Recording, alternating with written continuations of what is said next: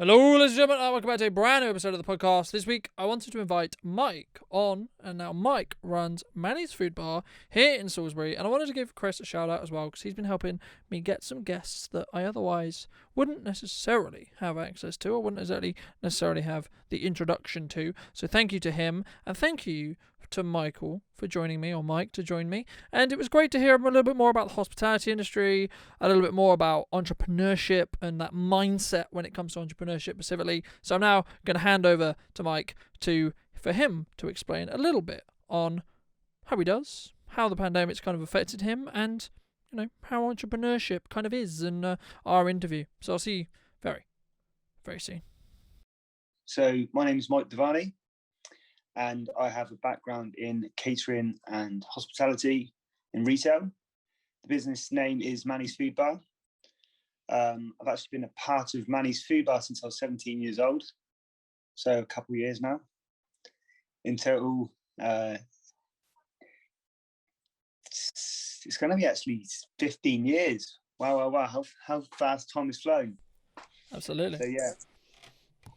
No, so I mean, for interesting is me because thank you so much for the time, firstly. But I think for me, the main thing is to hear from industries that have been, like, I'll use the catch-all term, really affected by COVID, right? Like, I think that's the main thing.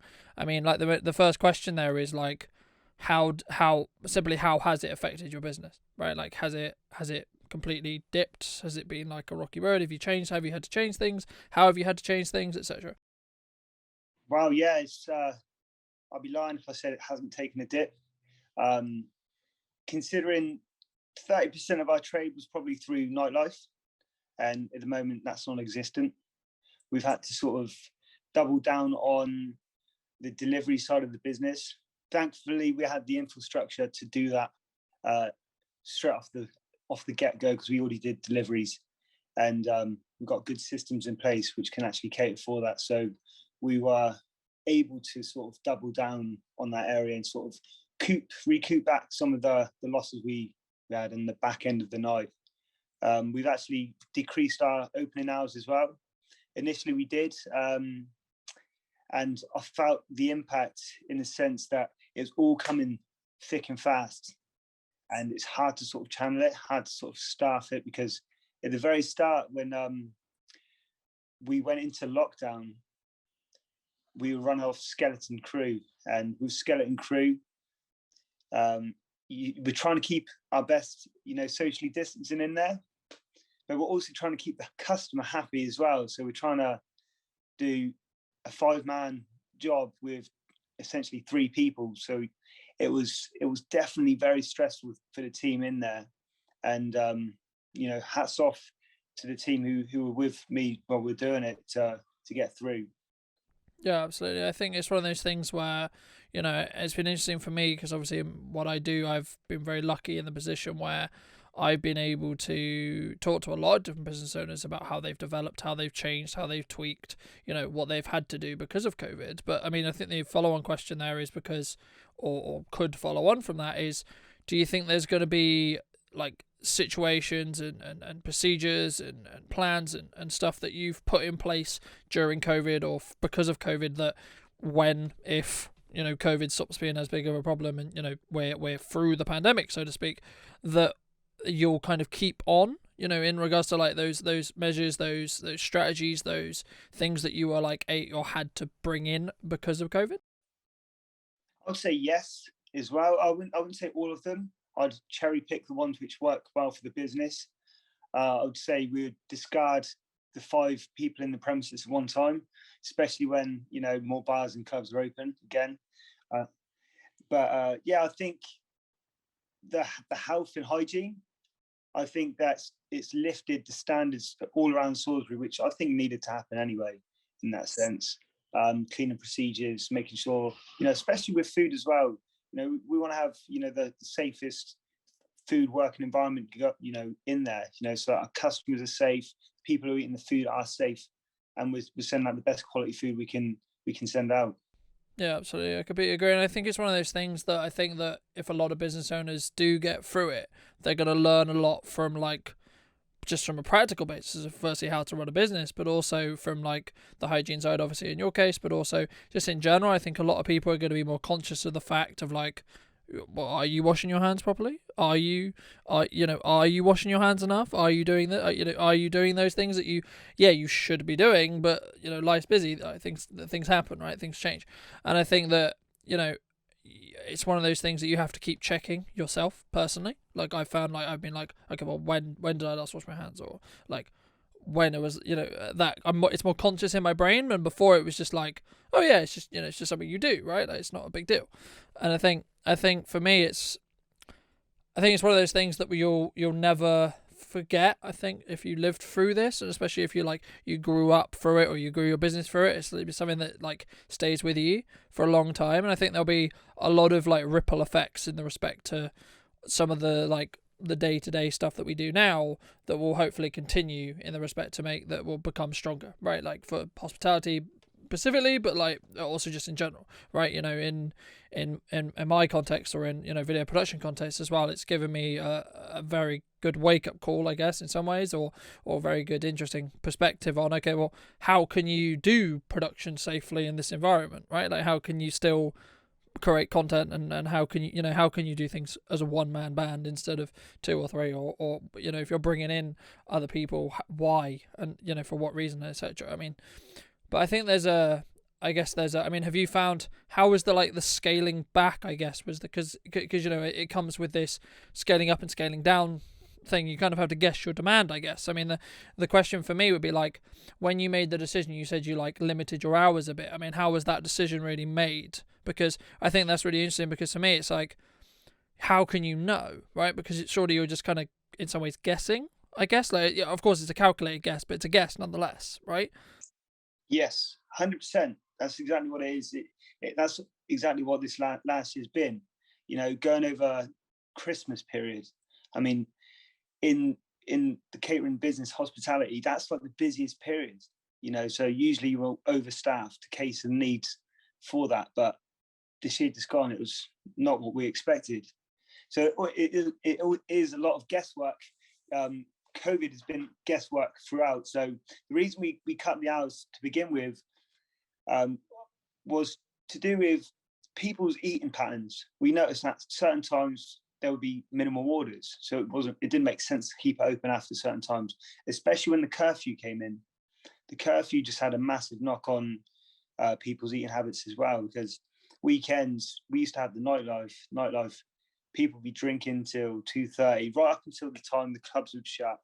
Then they'd pour into Manny's and we'd be serving them up until 3:30. Obviously, with the curfew in place, I don't know what people are doing at home if they're drinking till that time, but they can't really pour into Manny's anyway, because there's a curfew which says you can't leave your house. So we restricted our hours in that sense, but we did pull back the hours the other end. So we started opening up lunchtime. Have a little tipple, that's the great thing about being an independent business owner. You can play around with your business hours. You're not dictated by a corporate organization to say you must open this time. We can pick and choose when we are opening, and we want to give the customers the opportunity to enjoy Manny's throughout the day as well now. So we've added a few different things to the menu as well. We've innovated, changed the menu a little bit.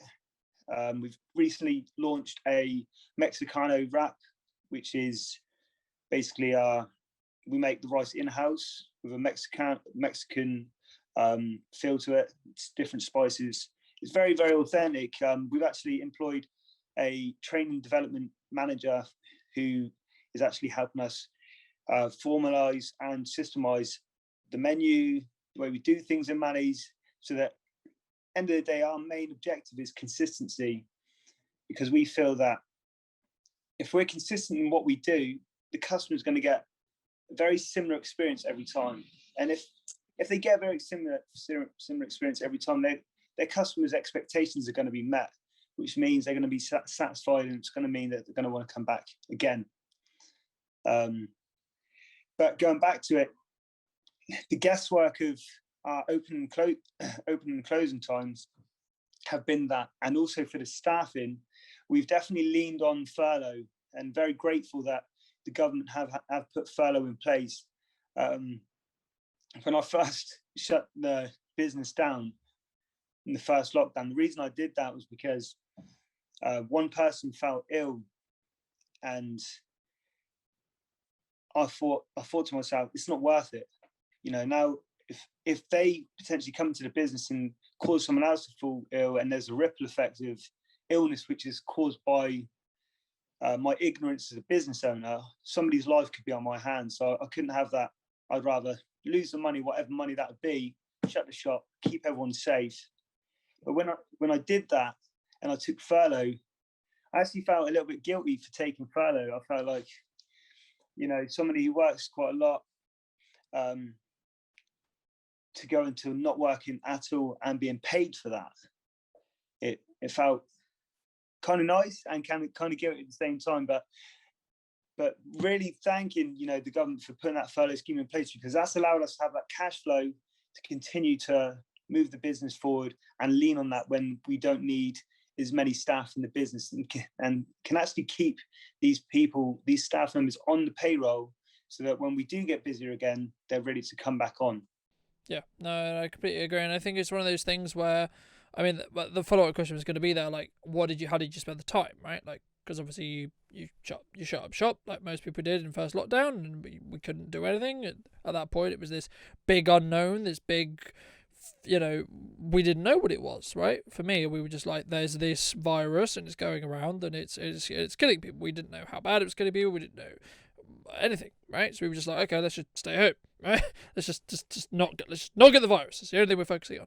And for me, I went like, okay, right, I don't make money when I can't go and film people, right? Cool, fab. Okay, let's fix that problem. So for me, it was a great way for me to see where the weaknesses were in the business. I mean, did you do like a similar thing, or was like, how did you I mean, I guess the question there is like, how did you spend the time like to still develop the business forward? In all fairness, I put the business on hold. I started actually doing a bit of personal development, a bit more so. I'm very much involved in a lot of personal development. I do a lot of reading. I enjoy the gym. I enjoy anything which involves growth. So if that's to do with your mindset, if that's to do with your body, if that's to do with business, I'm all in. I love that. So if I can't grow the business there and then, I put it on ice. Don't get me wrong, I do work a lot on the business when I'm not in the business, which helps move the business forward as well. But I just thought, okay, we're going to need to put procedures in place when we cross that bridge. So I did have companies lined up ready for when we do take that hurdle on. We signed up to a company called Peninsula, who helped us out with our health and safety, who were able to help us get back on track when we did open the doors.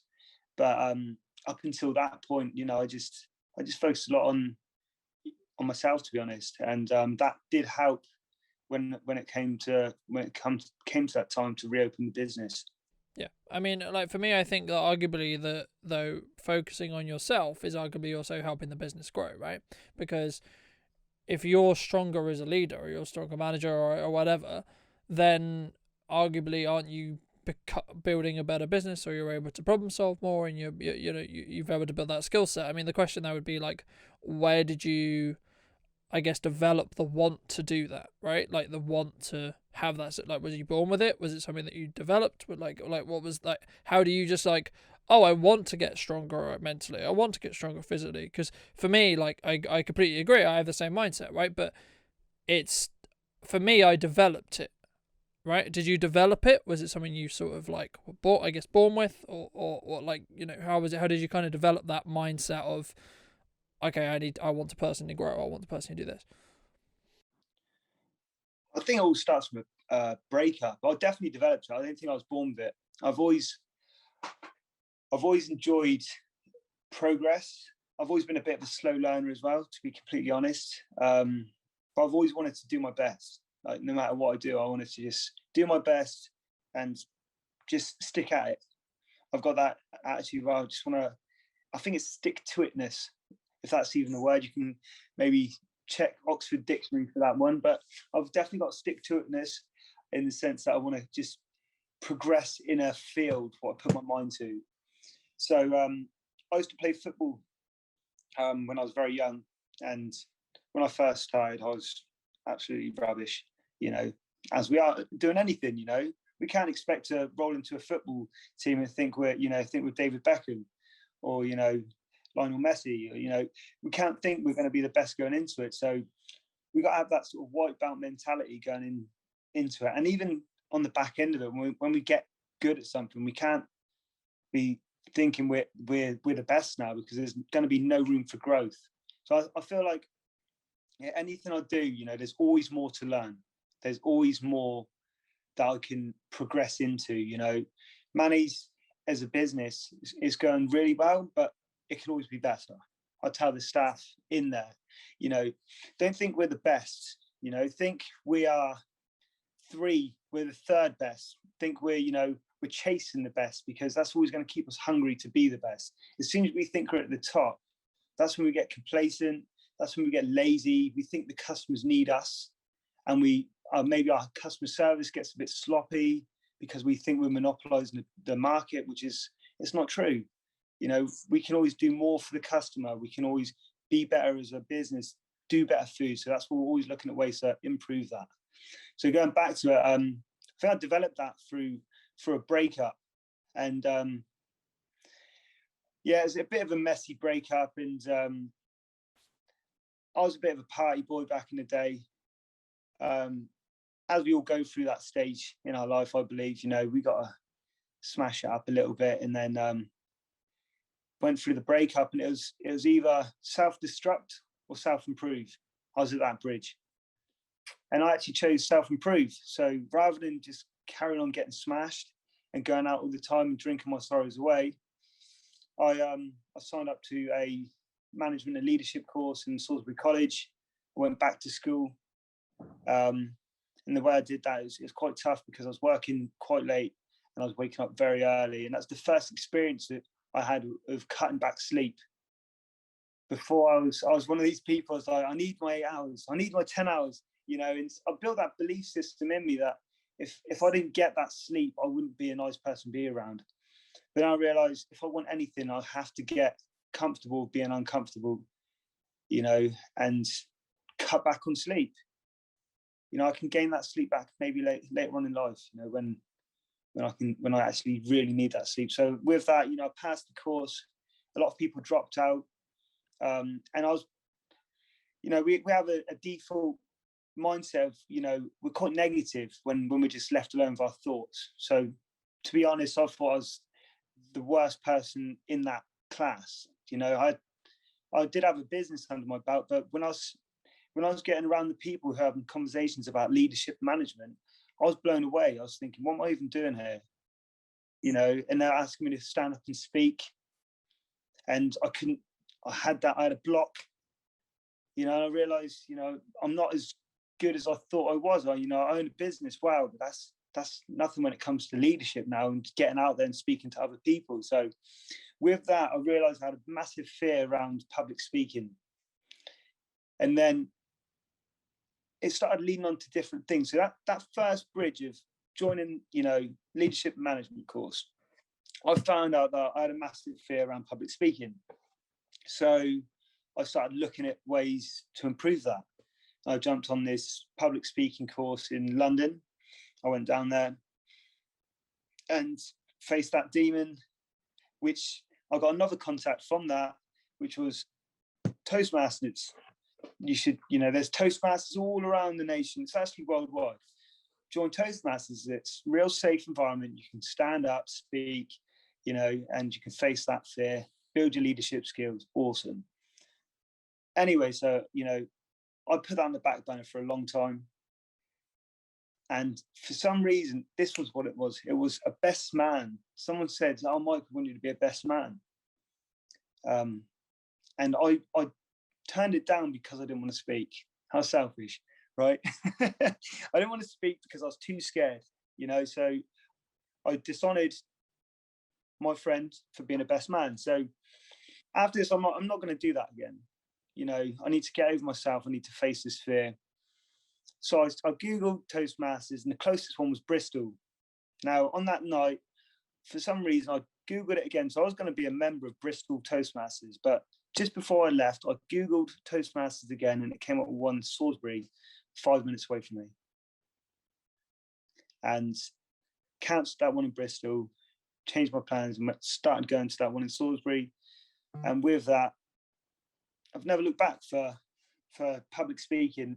And more things I find open up or present an opportunity when you start leaning into the unknown. Like, I feel like safety and comfort are the enemy of where we could potentially be and get ourselves to, you know. When no one ever just woke up on the top of a mountain and said, wow, how did I get here? You know, there's a trek, there's effort, there's work that needs to be put into that, you know, to get to see that beautiful view, to have that accomplishment. So, yeah.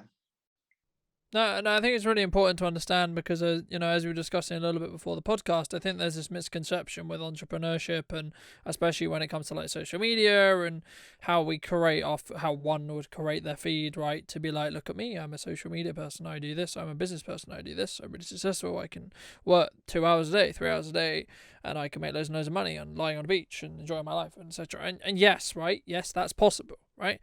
But that's only possible after years and years and years and years and years and years and years and years and years and years and years of graft and graft and graft and graft and graft. You know, and what you were just talking about there is, you know, challenging your fears, challenging the things that make you feel really uncomfortable and going, oh, I don't know about that, or I'm not doing that, you know. And I think that for me, once you, I mean, I don't know whether you found this, and I'll throw back to you in a moment to share your thoughts on it, but for me, I think it's one of those things where once you start doing it, right? Like, once you start going, okay, I'm scared of this, but I'm going to do it anyway. Or, oh, I'm worried about this, okay, I'm going to do it anyway. Then it just becomes second nature. It just kind of, you just do it because it's like, you know, you haven't known, like, it's the point where you just haven't known anything else. Like, that's what you do when you're worried or scared, or it's like, you just work through it. I mean, like, what, I guess, if you do that, what advice would you give to people who are like starting out perhaps, or like, you know, are starting in the entrepreneurial space or business space, or etc., and they're looking to develop that mindset?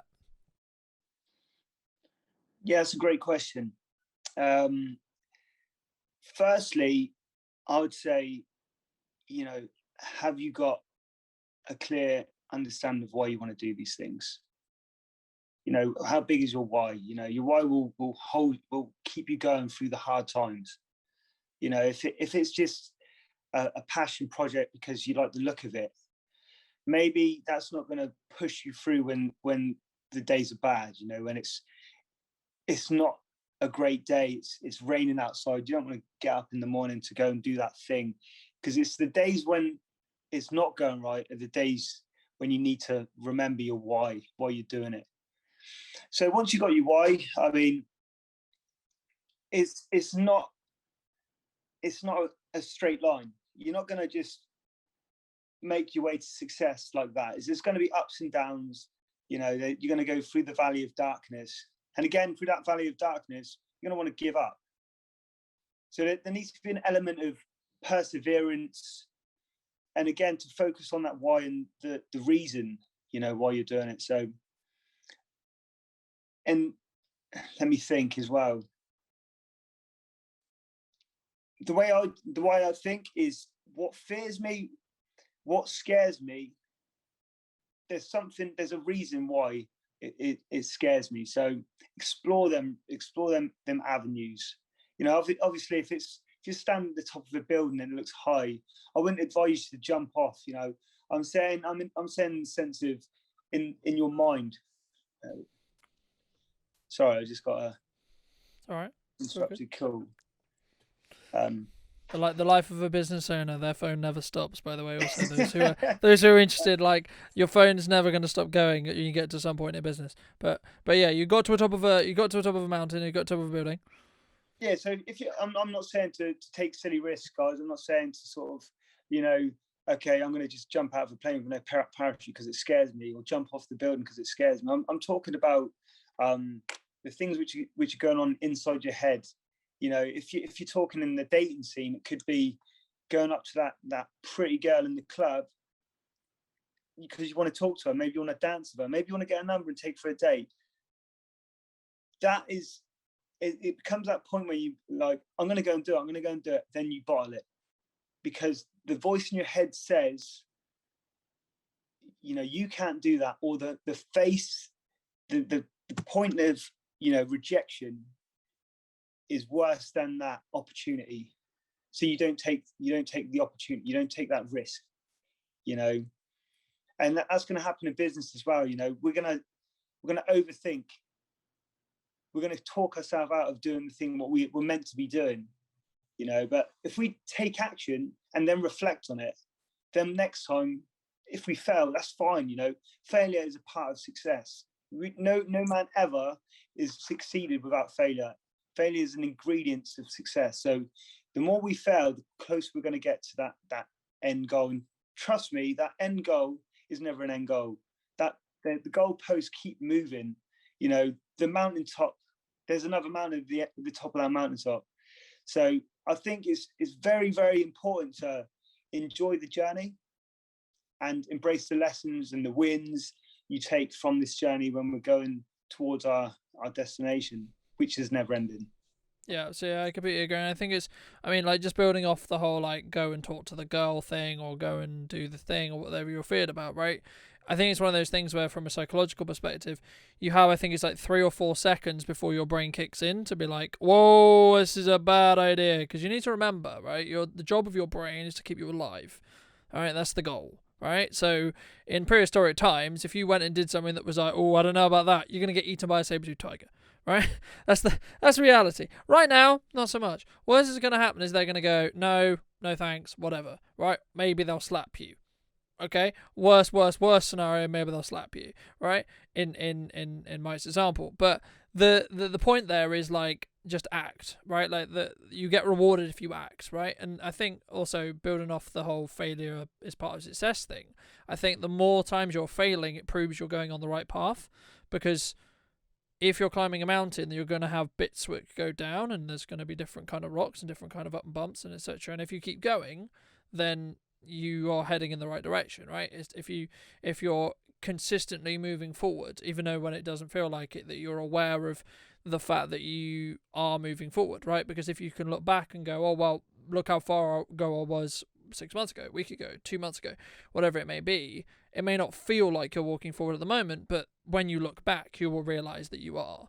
And I think, and I don't know whether it's the same in the hospitality industry or in your experience, but especially in the creative field, if you're not pushing forward every day, probably faster than your competition, you'll be left behind, because the entire industry is pushing forward and always trying to push boundaries and always trying to push what's possible. Right now, does that happen in your has that happened in your experience, firstly, and if so, in your sector specifically?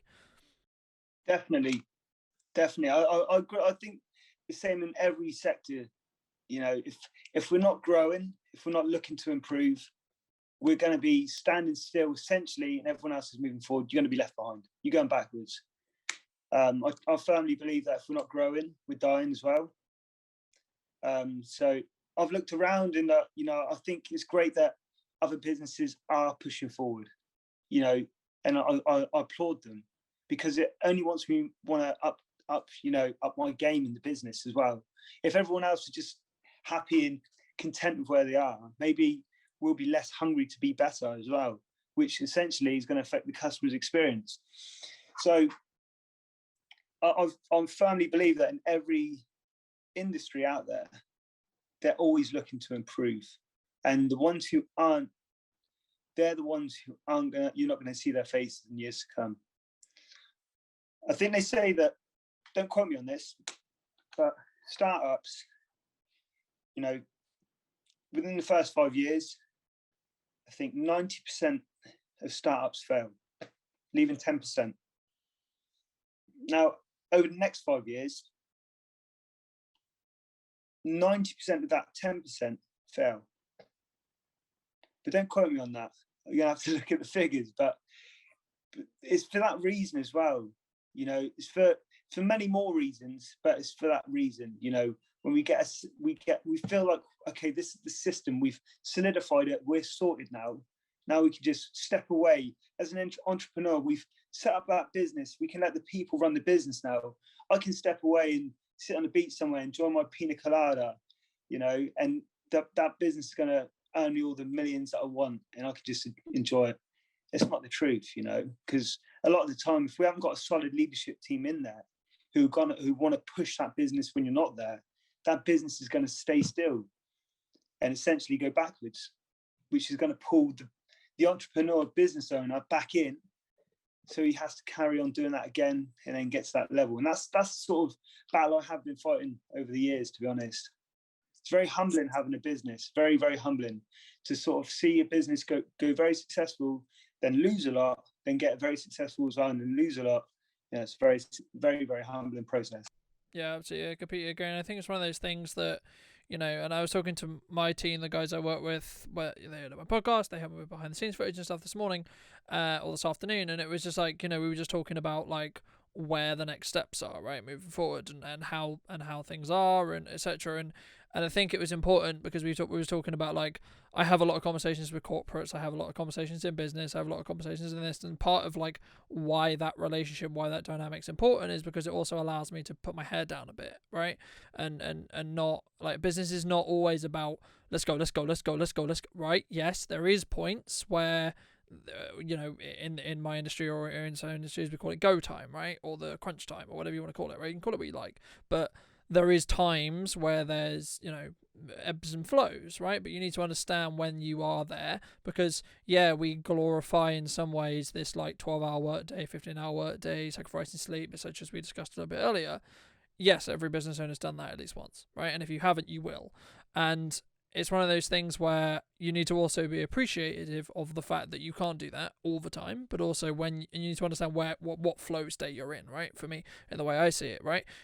It's either you've got loads of work on, great, or you've got loads of things to do, or things that need to be done because of the business, etc. And okay, that's the time you need to, go, right? Okay, cool. But then you also need to be aware that on the other side of that, when you can take those slower days, slower weeks, take the weekend off, whatever it may be, that you also should, because otherwise it doesn't even itself out and you end up basically just crumbling, and that's also not helping the business, because then you burn out and then you're out of the business for even longer. So, I mean, like, I guess the question there is, like, have you got to near burnout? Have you burnt yourself out? And if so, how do you stop yourself? Like, how do you balance that? Because everyone who knows me and watches me, I'm always right on the edge before I pull back. I'm like, right, ooh, okay, and now we're going to pull back. Yes, and that is such a great question. And I think for 100% of entrepreneurs out there, they've experienced going to the max and burning out. I think it's part of the whole journey as well. Realizing your capacity. Our capacity does grow, it does stretch. We grow with the times, but I think you've hit the nail on the head. If we continue to go 100 miles per hour all the time, you're not gonna last. You're gonna burn out. You're gonna either hospitalize yourself, or the business is gonna crumble in a way as well. Something's gonna break somewhere. So for myself, I mean, I'll put myself down as a recovering workaholic, and with that, I mean, the way I used to sort of stop the workload was to book a holiday, and I would go very, very hard up until that holiday, and after that I'd be able to relax. And that's the only way I could really get away from the business as well, because as you just touched on it, when you're a business owner, your phone will go off constantly. And we can talk about putting boundaries in place for that later, or another time on a different call. But if you're out of the country, there's not much you can really do. If you're in the country, maybe you can jump in your car and you can drive to the business and be that firefighter and save the day. But that's not what we want to be as business owners. We don't want to be that firefighter. We don't want the validation and that glory of being that person they call so they can come and get, come and sort out the business. We don't want to be that person if you're an entrepreneur. We want to be the people sort of putting systems in place, putting people in place, and leading a team and making impacts, giving value. But it's not about us, as business owners either. It's about what we're doing for the society, what we're doing for the customer. We're going back to it. Initially, I would work very, very hard and then party very, very hard. And it's the same thing. It's a measure that stops me from working, because if I was drinking, there's no way I'm going to be capable or any use in the business. So it was like an escape mechanism. It's harder for me to just not work and stay at home and do nothing. I had to go and do something to get away, escapism almost. But do you ever find like you become very, very efficient when you put deadlines on certain tasks? I think it's Parkinson's law. Any given task will take the allotted time you give to make it within reason. If you're going to say you're going to do a year degree in 2 months, maybe that's not possible. But if it's realistic, you can shrink that time and you can get it done. So like if you got a holiday booked up, for example, and you've got all these tasks you got to do, we usually get them all done before the holiday, because in our head we squash it all in and we get it done, and then we've got that time to sort of relax. And I find that's really useful when we are going balls to the wall in business. We're going 100 miles an hour, then it's like, okay, stop, ebbs and flow.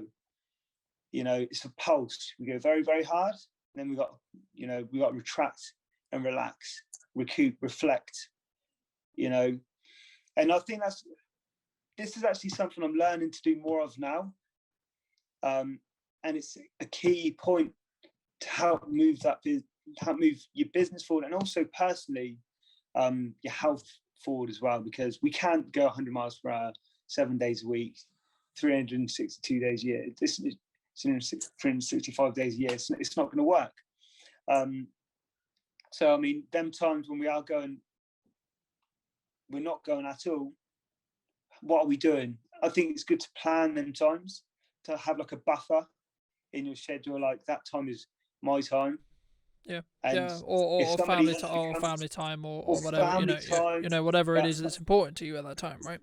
Exactly that, and it's what you value in life, right? And just if you're living a value-driven life, but other things are disrupting that, it's because we got a boundary issue. But say like family is very important to us. We're spending time with our family. We get a phone call from the business. We need you in the business, and you drop the family to be in the business. Are you living a family? Are you living a value-driven life, or are you just being pulled and tossed and turned from a phone call, from where your needs are met?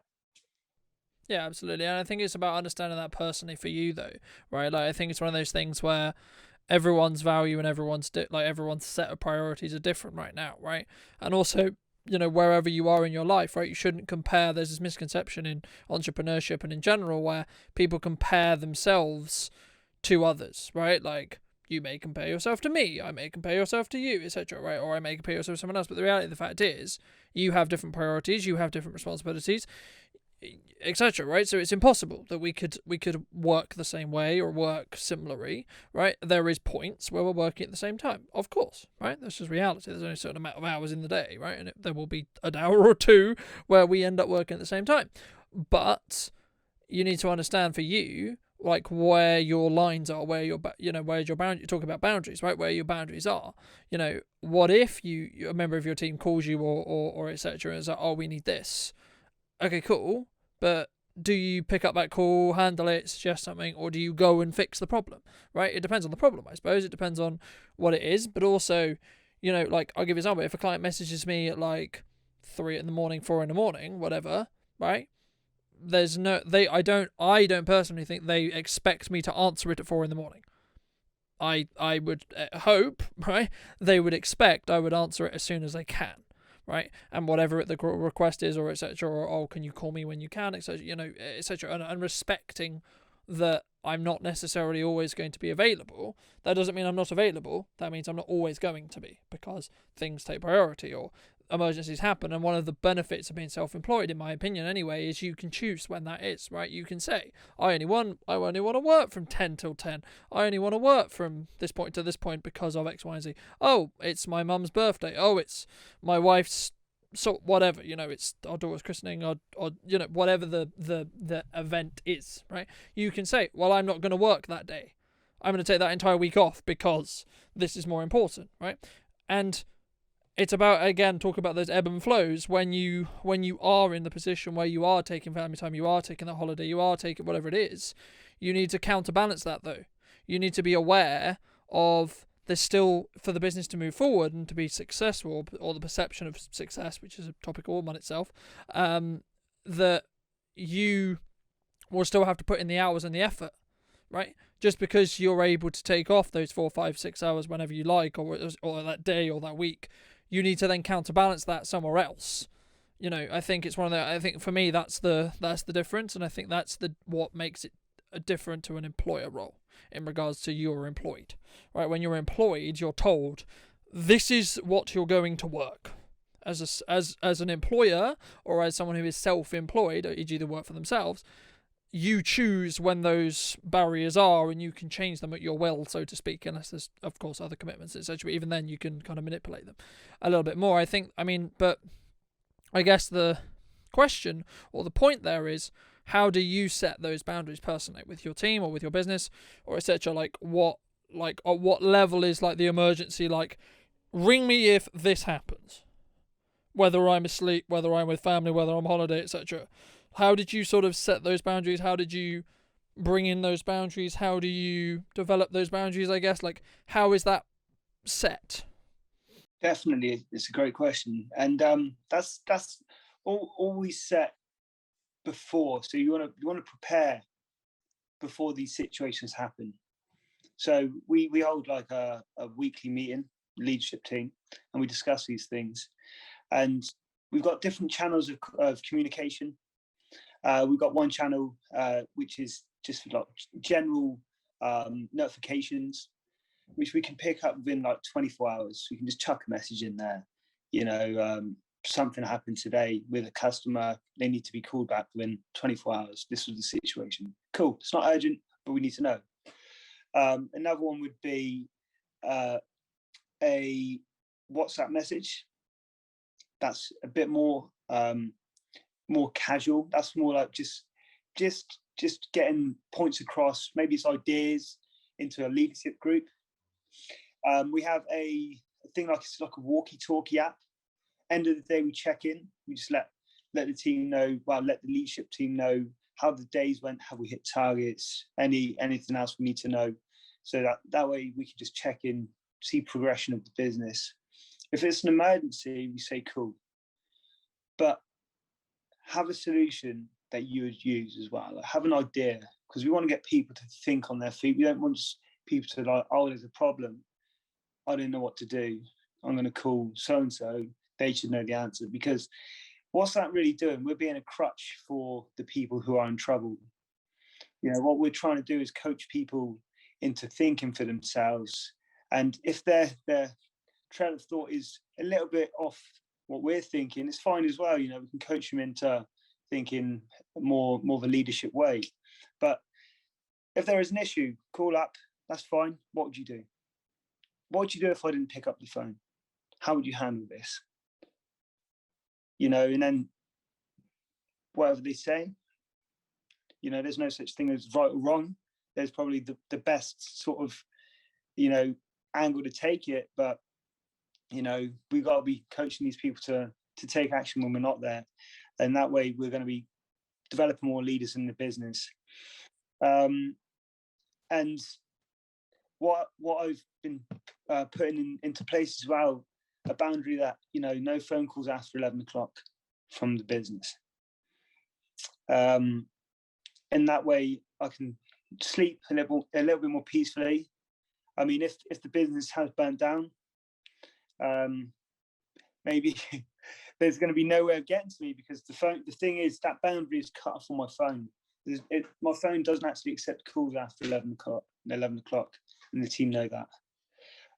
So I say, cool, if it's an emergency, text followed by a text if you can't get through, and at least that way I can get back. But other than that, it's going to give me a bit more freedom. But you can even cut that back. Our boundaries are set by us as business owners as well. Just remember, like, what we tolerate, we are actually training the people to teach that. We're actually training them people to teach us that way, to treat us that way, right?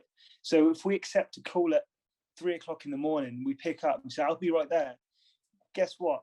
That's acceptable. And the next time there's a problem at 3 o'clock in the morning, we're going to get another phone call. It's going to be an expectation that we're going to be there. So for you not to answer that email at 4 o'clock in the morning, you're actually setting a standard that it's fine if you want to email me that time, but I'm going to pick it up when I pick it up. You don't expect to reply at 4 o'clock in the morning. Maybe you reply, there's a standard you've got in place that you don't reply to any emails after 9 a.m. So your clients always know that, oh, he's not going to get to it until after 9 a.m. anyway, so that's fine.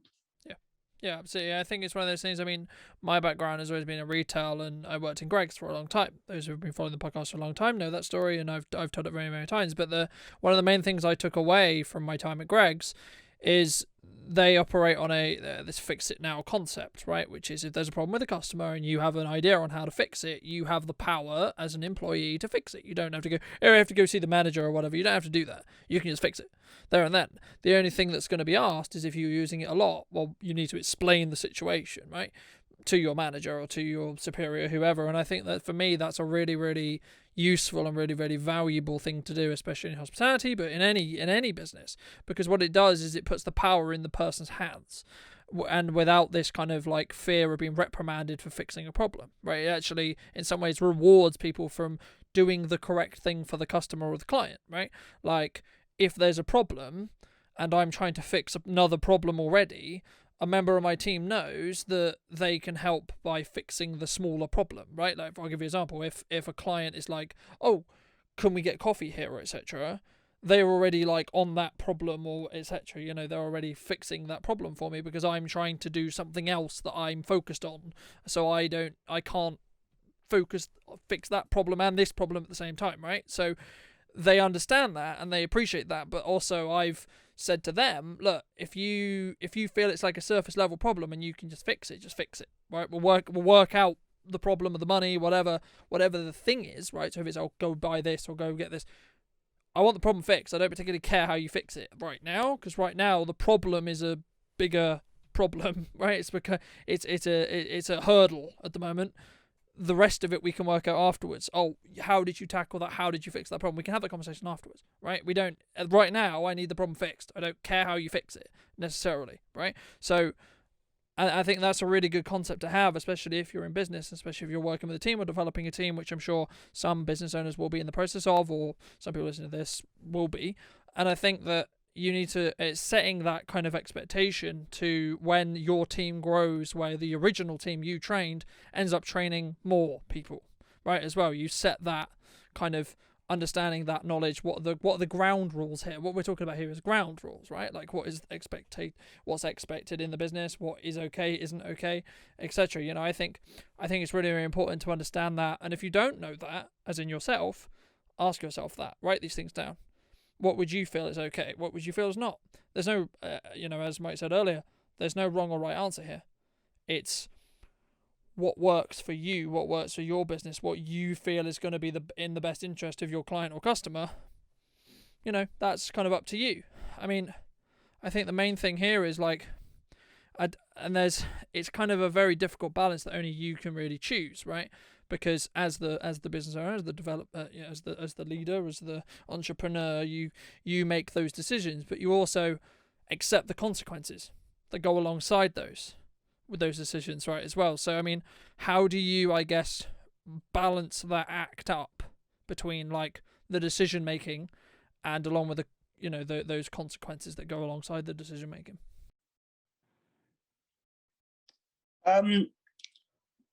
That's a very good question, to be honest. I've got a thing in place. Not a thing in place. I've got a manager in the business who is making these decisions in there, and I'm happy for him to sort of make decisions, then come to me out and say, "This is what happened. I've made this call, and we can go over it, reflect on that, see, okay, ask him why he went that route. But there is a massive attachment when we're a business owner. I mean, at the end of the day, I mean, Manny's, I can't take full credit for Manny's. Manny's was my father's. My father, he took it from, the basement up. He changed the name. His name's Mansour. His, nickname Manny. That's above the door. He's created this business. I'm continuing to move the business forward. So there is an attachment which he's passed on to me. It is my baby now. His baby's my baby, and I'm watching this baby grow. So when we sort of separating that attachment and we're passing it on to somebody else to make these decisions, it can be quite hard to let go. And if there's a financial element where we're losing, it can be quite hard, because why are we giving away so much food here where we could have maybe extracted a little bit less, and we're looking at costs, and we're looking at ways in which we can save money, but maybe the best way would have been just to give all of this away. That way we can get that customer returning for the future, if that makes sense. A returning customer, a lifelong customer, is a lot more valuable than someone passing through for a one-time visit, and they're just flying everywhere, right? We want to keep our customers loyal. We want to make sure they're happy. So sometimes it's better to have that detachment. You allow somebody to make that unemotional decision for you, and it's gonna run a lot more like a business rather than an attached emotional roller coaster of a business. Yeah, absolutely. I completely agree. And I think it's a very important distinction and a very important step to make as a business owner, especially as you start bringing in more people into, basically what you're discussing here is your baby, is the thing you created from absolutely nothing, right? Whether it's you or your father or whatever it is, right? You still have taken it from point A to point B, right? It's currently at point B. You've taken it from point A, whether point A is nothing or point A is where it was. You still have an emotional connection to A to B, because you put a lot of blood, sweat, tears, energy, etc., etc., etc., into that process. So you're still going to have an emotional connection, which means you can't always necessarily think logically, which is why the obvious solution may not necessarily be the obvious solution to you, because you are emotionally attached to that decision, right? So that's why maybe bringing in someone who's less emotionally attached to the business may be really, really beneficial for the business in the long term, right? And I think a lot of things which people don't necessarily think about is the long term versus the short term, right? Because if you were thinking in your example, the short term, we need to make as much money from this customer as possible right now. Okay, long term, we lose money right now, but they're going to order from us, let's say every week, every fortnight, every month, whatever it may be, depending on how many times you have to take away, whatever, right? But let's say, for sake of example, say every week. Okay, so if they was going to spend on average, say £40, £45, £30, by me giving them an extra like £3, £15, £20, yes, I've lost money technically that week, but all they need to do is spend money again next week, and I'm up again, So it's understanding that and being aware of that and being okay with that as well. I mean, I think that's kind of everything I really wanted to cover in today's podcast. I mean, again, as I said to you at the start, I didn't have like a structured list, but for me, I think that's everything. But I like to throw on the end. I mean, is there any like questions or a topic or etc. that you want to throw in to discuss for a couple of minutes just before we wrap up? And is there anything that jumped to mind for you or anything you want to ask me? I just wanted to add, really, start of my business journey. It definitely wasn't pretty. I went from the employee of the business, working for my father, who was getting, paid on a week-to-week basis, to owning the business and to being schooled in business. I feel like there's no business school, there's no course, no nothing that can really teach you business until you start doing business for yourself. It's like, when you're having driving lessons, you truly learn how to drive after you've passed. You start to learn when you go out by yourself, right? And in Manny's, you know, for the first year, I wasn't getting paid. I felt like I was building a little stack. I felt like I was doing it, and then it was all gone. You know, it was all paid on, you know, VAT and tax. And I said to my father, you know, Dad, what's going on? I'm not making any money. And his advice was, you know, to be patient, and it will come. And it was great advice, because I felt like I was putting in all these hours, all this blood, no blood, there's no blood in the food, don't worry guys, but all this sweat, you know, all these tears, and for what? There was nothing.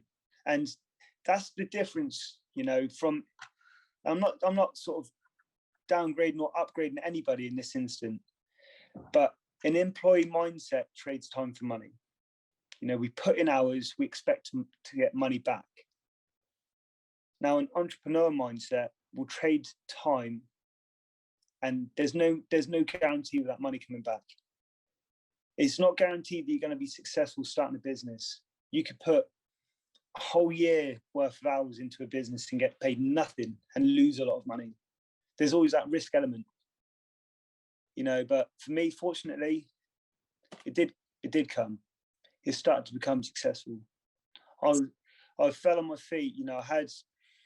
I started to build a team around me of good people who were able to sort of lift the business and grow with the business and become a bigger team, and we're able to serve more people and just grow.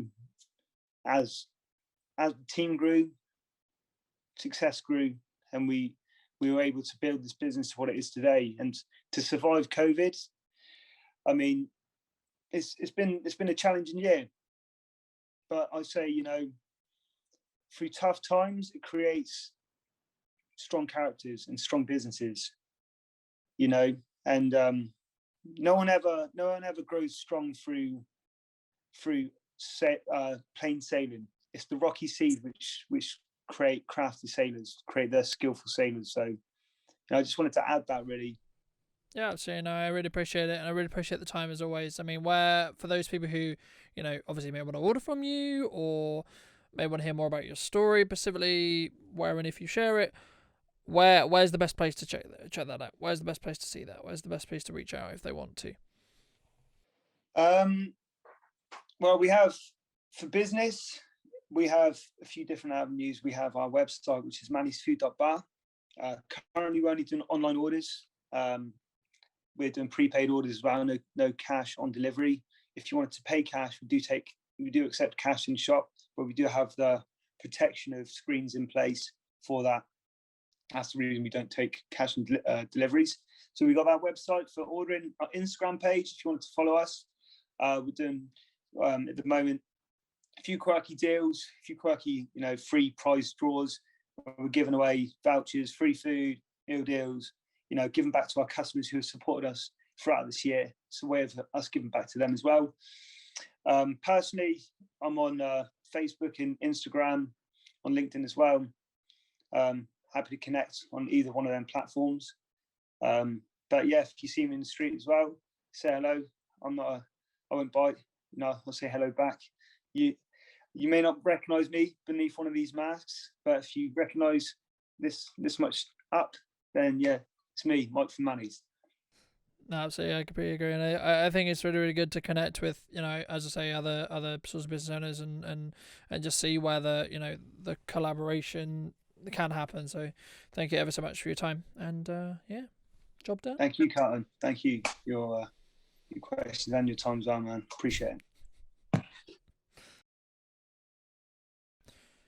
Thank you so much for joining me once again, ladies and gents. I hope you did enjoy that episode and that interview with Mike. We're going to be doing some more with Mike, hopefully very, very soon, and hopefully showcasing Manny's in a little bit of a different way. But yeah, I really enjoyed the interview personally, and I think it was, hopefully you took some value from it, and I'd love to hear what you think in the comment section down below. And yeah, we'll be back next week with a brand new, exciting guest. And we've got a couple that Chris has lined up for me. So thank you so much to him once again. And yeah, I'll see you very, very soon.